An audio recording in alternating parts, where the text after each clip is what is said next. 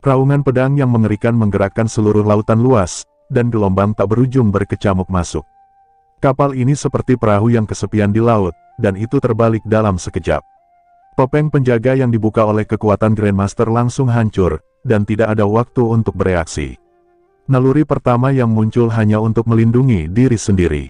Adapun para biksu muda yang hanya membawa busur dan anak panah untuk menembak kapal roh di belakang mereka, mereka semua mulai bergelombang. Laut meronta-ronta, gelombang menamparkan tubuh mereka berkali-kali. Orang-orang yang tidak memiliki kemampuan terbang dan tidak memiliki senjata ajaib untuk terbang di udara hanya bisa menelan laut dengan panik, dan perasaan tidak berdaya mengalir keluar dari lubuk hati mereka. Ahem, Grandmaster, tolong, tidak ada yang bisa menanggapi mereka. Grandmaster sekarang kewalahan oleh dirinya sendiri. Di mana kemungkinan merawat mereka? Melihat Su yang berhasil dengan satu pukulan, itu tidak memberi orang-orang ini lebih banyak kesempatan untuk bernafas dan berjuang. Di bawah pengaruh kekuatannya, gelombang yang semakin ganas menutupinya lagi dan lagi, sepenuhnya menutupi harapan terakhir orang-orang ini.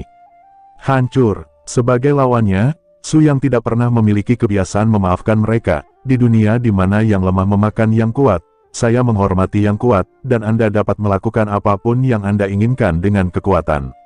Adapun bagi mereka yang lemah, jika mereka digerakkan dengan kebaikan untuk melepaskannya, orang-orang ini tidak akan mengingat kebaikannya, dan hanya akan membalas lebih keras ketika mereka menjadi lebih kuat di masa depan. Su yang selalu menjadi orang yang menentukan, dan tidak akan pernah melakukan hal-hal bodoh yang membuatnya berada dalam bahaya tersembunyi. Melihat murid-murid yang dia bawa bersamanya jatuh, guru besar itu sangat marah, berubah menjadi cahaya hitam dan bergegas ke area yang dicakup oleh kekuatan domainnya. Yah, kau Su Yang, kau pantas menjadi orang yang bisa menghancurkan seluruh rencana Jin Utara sendirian. Aku masih meremehkan kekuatanmu, tapi hari ini, apa menurutmu lawanmu adalah satu-satunya aku. Kekuatan domain hitam terus berkembang, tetapi kali ini awan hitam tidak melepaskan aura serangan yang lebih kuat, tetapi tiba-tiba runtuh menjadi titik cahaya yang tak terhitung jumlahnya tanpa peringatan, dan terbang ke segala arah melintasi Laut Cina Timur. Ini jelas merupakan metode khusus yang digunakan oleh Master Jubah Hitam untuk melepaskan sinyal, tetapi Su Yang dan Permaisuri hanya saling memandang dan tersenyum dan tidak bermaksud menghentikannya. Dengan kemampuan kalian berdua, seharusnya ada kesempatan untuk menghentikanku, tapi kamu tidak melakukan ini. Apakah kamu benar-benar percaya diri dengan kekuatanmu sendiri? Warna hikmat di wajah Grandmaster Jubah Hitam sangat mereda, dan tampaknya setelah berhasil mengirimkan sinyal, kepercayaan di dalam hatinya tiba-tiba menjadi luar biasa cukup. Ini tidak seberapa percaya diri, tapi kamu seharusnya melakukannya sebelumnya. Siapapun yang merupakan anjing untuk pihak Beijing tidak akan pernah memiliki kesempatan di depanku dan Aksue. Tuo Bahong hanyalah yang pertama, akan ada yang kedua dan yang kedua ketiga di masa depan. Sekarang kontradiksi antara kita dan dinasti Jin Utara tidak dapat didamaikan, maka keterikatan ini hanya dapat berakhir ketika satu pihak benar-benar hancur. Gemuruh, suara mengerikan itu meledak seketika, dan air yang mengerikan itu bergetar dengan ganas. Akhirnya, seekor paus laut dalam yang sangat besar perlahan muncul di bawah panggilan Master berjubah hitam. Paus besar ini tidak begitu menonjol. Kekuatan dan garis keturunannya yang rakus bahkan lebih berbeda. Tapi yang mengejutkan Su Yang dan kaisar wanitanya adalah bahwa paus besar ini memiliki tingkat kompatibilitas yang sangat tinggi dengan tuannya, hampir kesesuaian yang sempurna dapat dicapai. Hah? Apa kamu kaget? Kenapa aku berlatih bukan teknik atribut air, tapi atribut petir, tapi sangat cocok dengan ikan paus ini? Jangan khawatir, kamu akan segera tahu alasannya.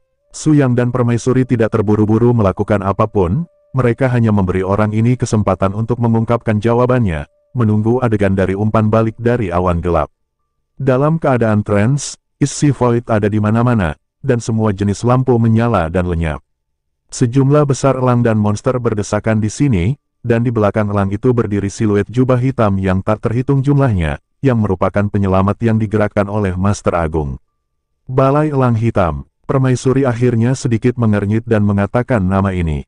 Namun, Su yang tampak asing, orang ini telah berlatih retret selama 10 hingga 20 ribu tahun terakhir, dan dia tidak tahu tentang apa semua ini. Ola Elang Hitam dulunya adalah musuh dinasti Jin Utara. Itu memiliki kebencian yang tidak sesuai dengan Liga Pedang Jin Utara. tiba-tiba menghilang 100 tahun yang lalu. Tanpa diduga, entah bagaimana ia telah menjadi anjing elang dinasti Jin Utara. Ini teknik Vena dan pemanggilan. Mereka sangat dekat satu sama lain, dan mereka dilahirkan dengan kemampuan yang menakutkan untuk mendekati monster, terutama monster dengan atribut berbeda. Di antara mereka, atribut air dan atribut petir adalah yang paling banyak. Su yang mengangguk sambil berpikir.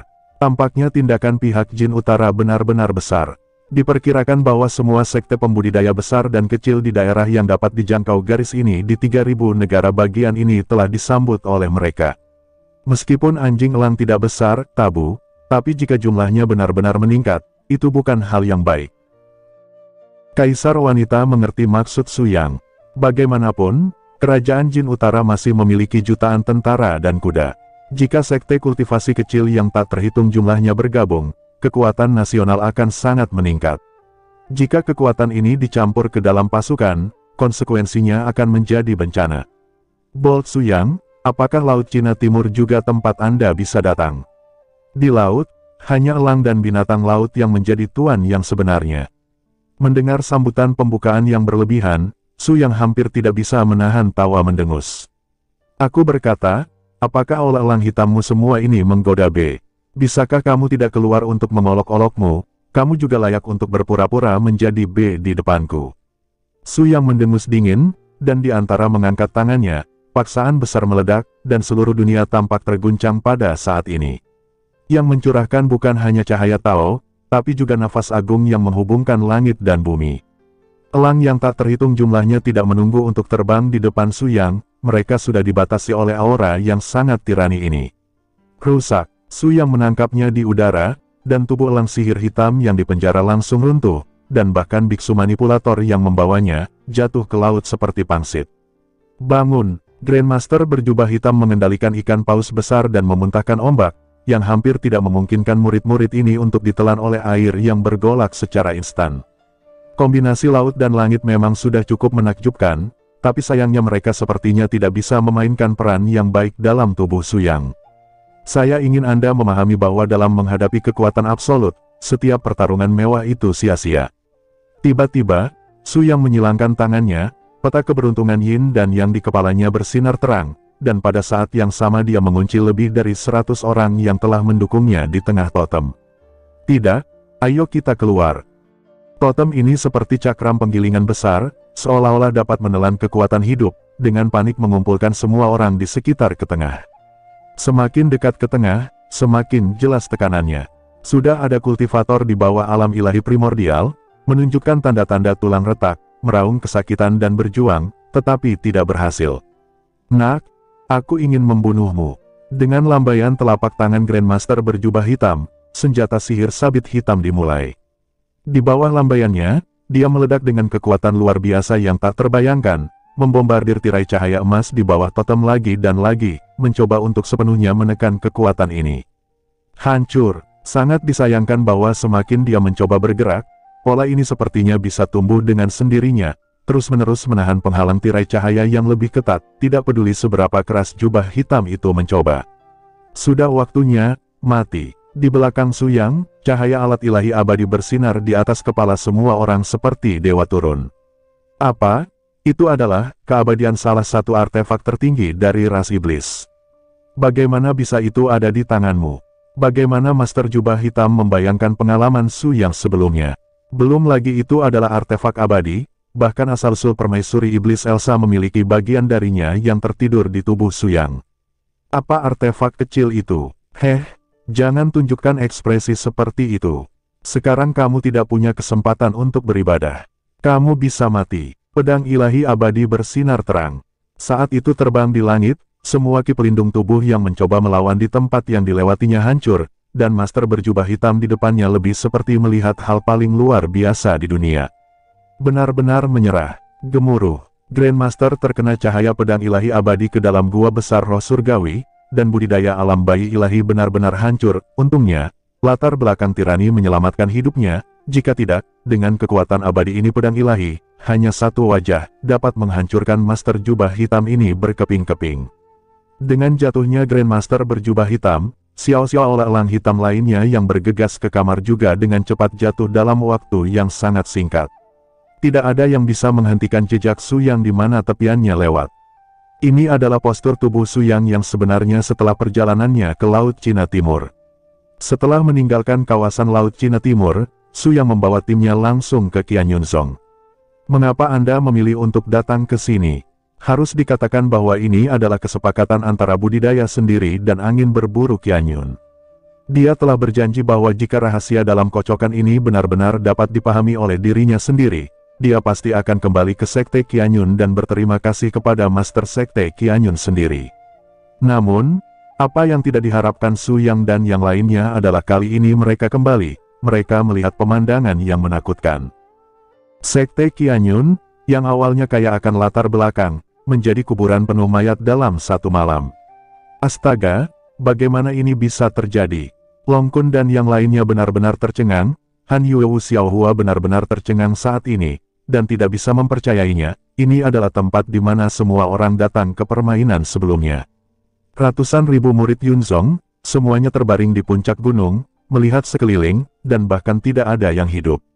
Tuhan, siapa itu, dengan tangan sebesar itu, dapat membunuh semua sekte 1000 awan yang bermartabat. Masih banyak mayat tetua di sana. Long Kun menghela nafas kaget. Wajah Su Yang sangat dingin. Sulit untuk melihat dari teknik bahwa orang-orang ini bahkan tidak menggunakan latihan, tetapi menyimpan semuanya di sini telah membuktikan sikap mereka, yang merupakan provokasi di Chiguoguo, dan bahkan menyatakan perang terhadap ketidaktaatan di seluruh 3000 negara bagian. Saya pikir, dalam hal ini, Anda seharusnya sudah mengerti. Kaisar wanita mengerutkan kening dan berkata, benarkah orang-orang dari dinasti Jin Utara? Mereka benar-benar tidak mencapai tujuan mereka dan berjanji untuk tidak menyerah. Desiran cahaya melintas, dan Su Yang terbang ke gunung belakang Qian Yunzong untuk pertama kalinya, tempat dia tidur selama 3 hari. Benar saja, pada saat dia masuk, kedua tangan Qian Yun Liefeng tergeletak di tanah seperti ini.